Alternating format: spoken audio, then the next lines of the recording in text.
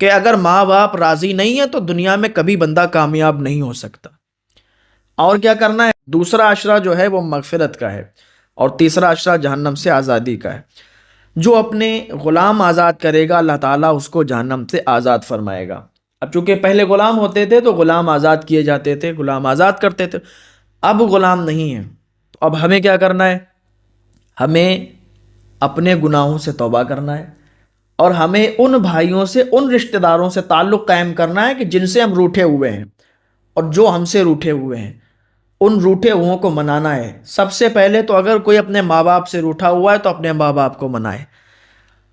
دنیا میں کوئی ایسا شخص نہیں ہے کہ اگر ماں باپ روٹھے ہیں اور وہ ترقی کر لے۔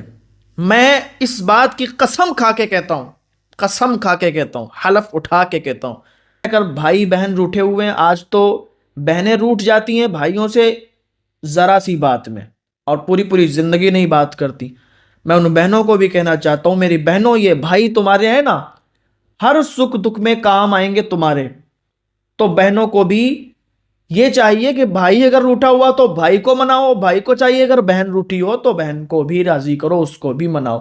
کیونکہ جب ہم بچپن کے زمانے میں ہوتے ہیں تو پھر ماں باپ کے انگلی پکڑ کے چلتے ہیں، تو ایک طرف بھائی بھی ہوتا ہے، ایک طرف بہن بھی ہوتی ہے، جتنے بھائی ہوتے ہیں سب مل کے کہتے ہیں، ماں کے بارے میں بات آئے تو ماں سے کہتے ہیں ماں میری ہے، دوسرا والا کہتے ہیں نہیں ماں میری ہے، بہن بھی کہتی ہے ماں میری ہے۔